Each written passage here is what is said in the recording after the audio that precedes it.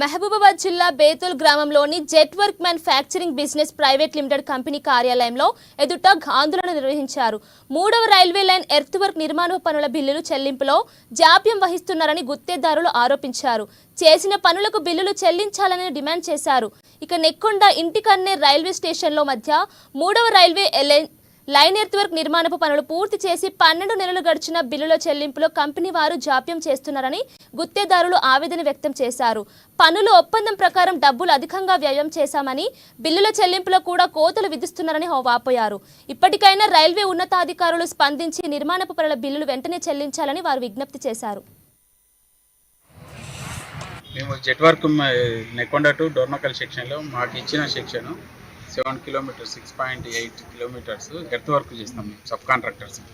మాకు ఇచ్చిన అంటే jet work manufacturing private limited వారి ఇచ్చిన నుంచి మేము తీసుకొని చేసినాము.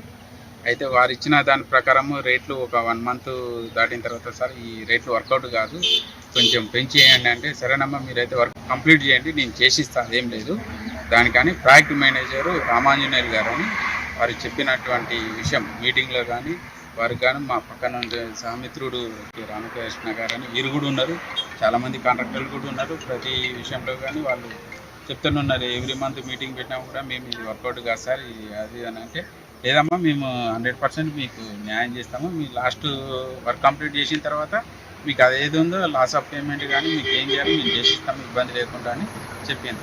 చివరికి గత నెల 20 రోజుల నుంచి మేము వర్క్ కంప్లీట్ చేసిన తర్వాత bill amount final bill amount గురించి అని తిరుగుతా అంటే లాస్ట్కి మాకు